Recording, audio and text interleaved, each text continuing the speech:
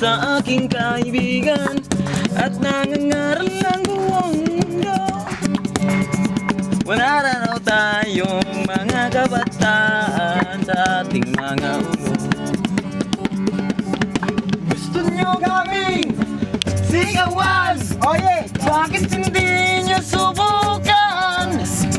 Lalo lang kayong hindi maiintindihan ang awit ng kabataan, ang awit ng panahon, sa kinabukasan, awitin natin ngayon. Di nyo kami mabibilang at hindi rin maigagawin. Oye! Lalo lang isa lamang ang aming pagod, ang awit ng